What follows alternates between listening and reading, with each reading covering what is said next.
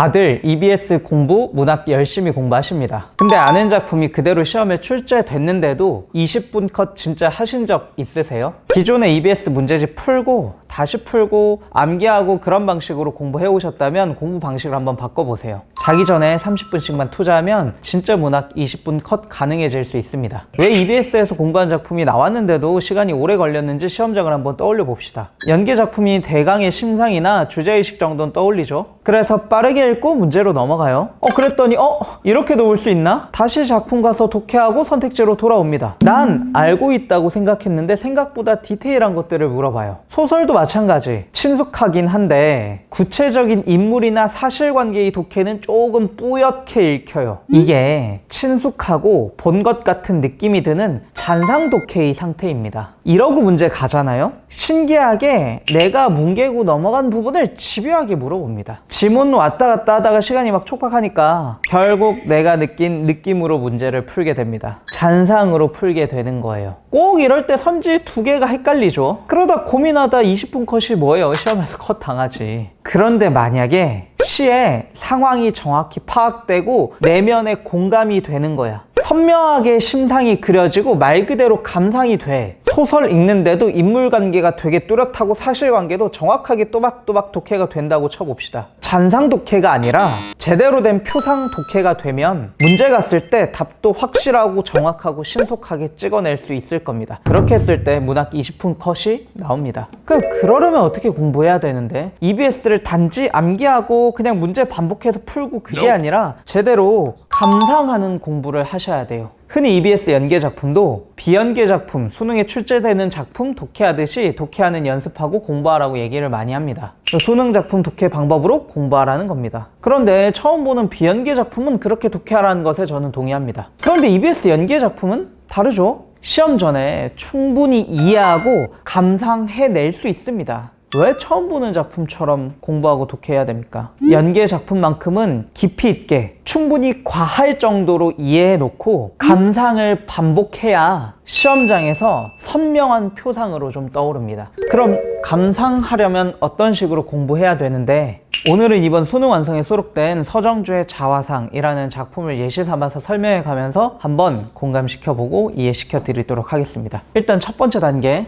처음 해독할 때, 작품을 처음 볼 때는 완벽하게 이해하는 데 초점을 두고 학습하셔야 돼요. 근데 이 공부는 혼자 하는 것보단 강의나 분석서의 도움을 얻길 추천합니다. 혼자 하긴 좀 어려울 거예요. 어느 정도 깊이까지 이해하셔야 되냐? 제가 서정주의 자화상이라는 작품 가지고 설명을 해볼게요. 어휘 하나하나, 모든 시어 식구를 심상을 떠올려가며 내가 감상할 수 있게 이해를 다 하셔야 됩니다. 한번 이 작품만 빠르게 설명해 볼게요. 애비는 종이었다고 합니다. 그러니까 아빠가 종이라면 신분이 되게 좀 비천한 그런 집안 사람인 거죠. 심지어 아빠는 밤이 깊어도 오지 않으니까 집을 나간 상황인 걸 좀 추론해 볼 수 있습니다. 그런 집에 할머니랑 같이 사나 봐요. 파뿌리같이 늙은 할머니와 대충 구치 한 줄 서 있을 뿐이다. 집 나간 아빠를 기다리는 걸 형상화했다고도 볼 수도 있고, 또는 그런 비천한 신분의 집안 상황을 묘사했다고도 볼 수 있습니다. 어쨌든 또 엄마가 있는데, 엄마는 이 달을 두고가 진짜 달을 봤다는 그런 의미가 아니라 관용어구로 임신했다는 뜻입니다. 그러니까 임신한 출산한 달을 냅두고 풋살구 하나가 꼭 먹고 싶다고 합니다. 임신하면 이것저것 온갖 음식이 먹고 싶을 수도 있는데 그냥 소박하게 그 덜 익은 살구라도 좀 먹고 싶은데 라고 얘기하는 겁니다. 그러니 아비는 종이고 할머니가 있고 엄마는 임신했는데도 이런 거나 먹고 싶다고 하는 되게 가난한 상황을 드러내고 있는 거죠. 그런 상황 속에서 흑으로 바람벽한 호롱불 밑에 화려한 불빛이 아니라 어둑어둑한 그런 불을 비추고 있는 그런 집에서 손톱이 새까맣게 있는 그런 아들이야. 그러니까 어떤 상황이 좀 이해가 되시죠? 그런 비천한 신분의 가난한 그런 열악한 환경 속에서 가보년이라던가 바다에 나가서 돌아오지 않는다고 하는 외할아버지의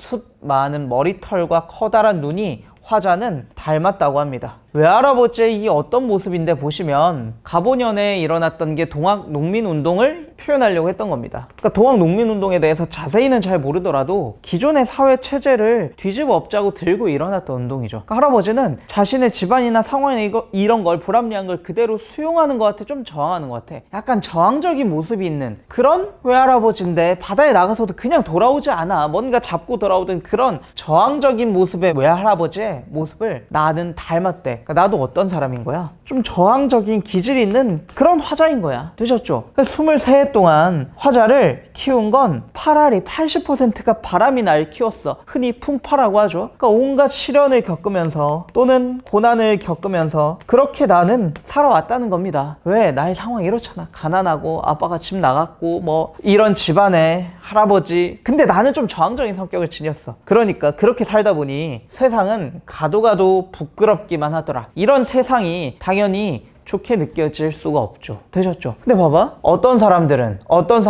다른 사람들은 나에 대해서 죄인 취급하기도 하고 바보 천치라고 취급하기도 해. 왜? 나 종의 자식이잖아.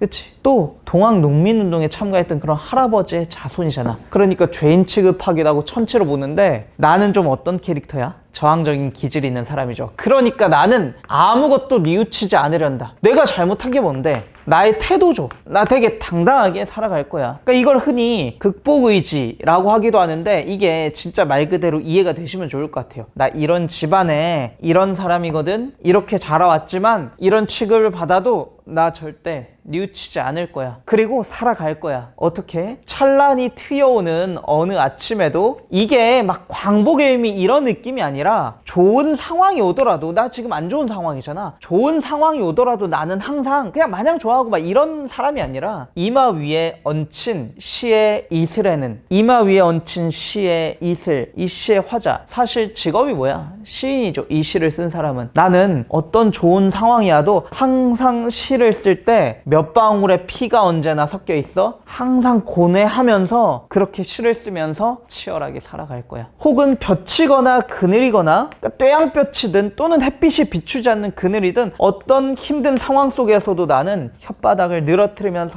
헥헥거리는 그런 병든 숙회 마냥 나는 그렇게 살아왔어. 나 수능하든 막 이런 게 아니라 이런 태도로 뉘우치지 않으면서 어떻게든 시 쓰면서 고뇌하면서 살아왔어. 살아갈 거야. 그런 극복의지, 이런 상황에서의 저항의지, 살아가겠다는 그런 삶의 의미, 문학하면서 그렇게 살겠다라는 생각을 드러냈던 작품입니다. 되셨나요? 이거 토대로 이 작품의 해제를 한번 보시면 EBS 해설에 있죠. 주제가 이해가 됩니다. 고통스러운 삶을 살아온 이의 회고, 과거의 이런 상황에서 또 어떻게 살아가야 하는지. 종의 아들로 태어나서 가난하고 멸시받는 삶을 살아왔지만 당당하게 받아들이며 극복해 나갈 거야. 문학으로 극복해 나갈 거야. 이런 생각을 드러냈던 작품이죠. 제가 방금 얘기한 대로 이렇게 어휘 하나하나, 구절 하나하나 어떤 장면이자 내용인지 좀 떠올리고 이해하는 것, 그렇게 완벽하게 하는 겁니다. 이게 돼야 그 다음 단계로 두 번째, 감상하는 겁니다. 이것도 제가 이해시켜 드리기 위해서, 예시를 들기 위해서 막 판서했는데 이런 것들을 막 암기한다는 느낌이 아니라 말 그대로 이걸 도움 삼아서 한번 심상을 떠올려 보시고 말 그대로 감상하려고 해보세요.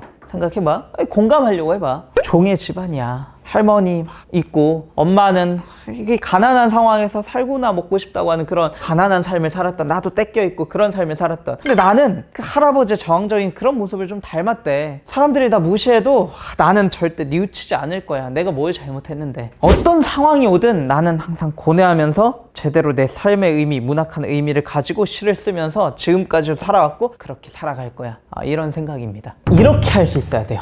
이걸 많이 반복해서 머리에 박혀 있잖아요. 그럴 때 시험장에서 정말 디테일하게 선명하게 떠올라서 답을 딱 찍어낼 수 있는 겁니다. 근데 이거 한 번 한다고 안 되죠. 여기까지가 준비 단계고 이제 이걸 토대로 여러분들이 뭘 하셔야 되냐, 이거 많이 반복해서 보셔야죠. 뭘 회독수를 늘리는데 감상을 많이 반복해서 회독수를 늘리는 겁니다. 이거 하실 때 매일 계획 짜서 매일 일정 분량을 정해서 해보세요. 현대시라고 치면 수능 특강과 수능 완성에 전체 수록된 작품 수가 48개입니다. 만약 내가 하루에 5분씩 투자한다면 약 6개 작품 정도를 감상할 수 있겠죠? 30분 투자하시면요. 한 작품당 이해하시면 5분이면 충분할 겁니다. 그렇게 하루에 만약 현대시로 6개를 감상할 수 있다면 계획상 한 8일이면 전체 작품을 1회독이 가능하죠. 한 달이면 3회독 이상이 가능합니다. 그렇게 고전시가도, 고전소설도, 현대소설도 그렇게 작품을 좀 끊어가지고 완벽히 이해해놓고 감상 가능한 상태로 감상을 좀 반복해 보는 겁니다. 그리고 그렇게 하다 보면 진짜로 말 그대로 감상, 감흥이 불러일으켜지는 순간도 옵니다. 내 경험과 연결되기도 하고